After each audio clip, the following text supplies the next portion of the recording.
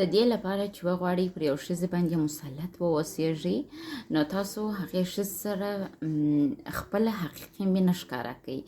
او دوهم شی چې پر یو ښځې باندې تاسو ته مکمل توګه مسلطتوب درکوي، هغه دا دی چې تاسو ښځې ته احترام ولرئ. هغه نارینه چې ښځو ته احترام لري، هغه نارینه چې ښځو ته دا ښکاره کوي چې ته ماته مهمه یې یا ماته ګرانه یې یا زه تاته ارزښت لرم، نو هغه نارینه خپل پر ښځو باندې ډېر مسلط دی.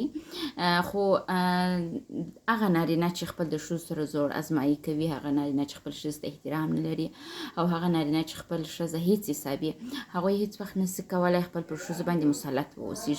نو د هغوی ښځې د دوی به احترامي کوي، او د دوی کوم احترام یا کوم مقام چې خاوند ته خدای ورکړی دی، هغه مقام ته د نارینه نه رسیږي. نو تاسو د دې لپاره چې مسلط واوسیږئ، کوشش وکړئ چې احترام وکړئ او مینه ورکړئ.